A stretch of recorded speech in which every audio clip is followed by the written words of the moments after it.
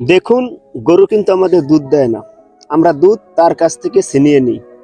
তেমনি গাধাও কিন্তু নিজে ইচ্ছে করে বোঝা বহন করতে চায় না, আমরা জোর করে তার ঘাড়ে বোঝা বহন করে তাকে পিটিয়ে জোর করে তাকে দিয়ে আমরা কাজ করাই। আবার দেখুন, অন্যদিকে বনের বাঘও কিন্তু দুধ দেয়, কিন্তু আমরা কেউ সাহস করে তার দুধ দহন করতে পারি না।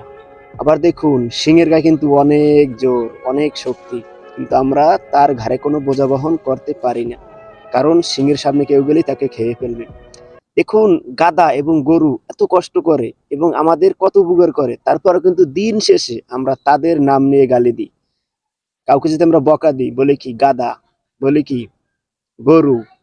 আর ওইদিকে দেখুন, বনের বাঘ এবং সিংহ কত হিংস্র, তাদের সামনে কেউ গেলে তাকে কিন্তু ধরে খেয়ে ফেলবে। তারপর আমরা দেখুন দিন শেষে তাদের কত প্রশংসা করি, যে তুই বাঘের মতো কাজ করলি, সিংহের মতো কাজ করলি।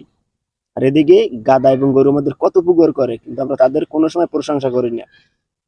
দেখুন, আমরা এইদিকে কিন্তু বাঘ এবং সিংহের শুধু প্রশংসাই করে গেছি, আর ওইদিকে যারা আমাদের উপকার করলো তাদের কিন্তু আমরা গালি দিয়ে গেলাম।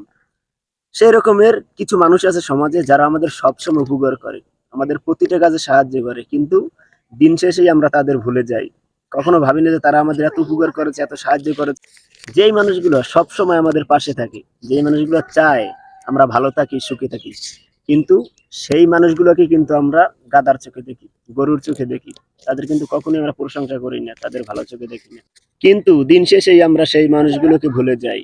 আর এইদিকে দেখুন, যেই মানুষগুলো আমাদের মিথ্যে আশ্বাস দেয় এবং মিথ্যা কথাগুলো আমাদের সুন্দরভাবে গুছিয়ে বলে, লোভ দেখায়, আমরা কিন্তু তাদের প্রেমে পড়ে যাই, তাদের প্রশংসা করি। কিন্তু আমরা কখনোই যারা আমাদের উপকার করছে, উপকার আমরা মনে রাখি না।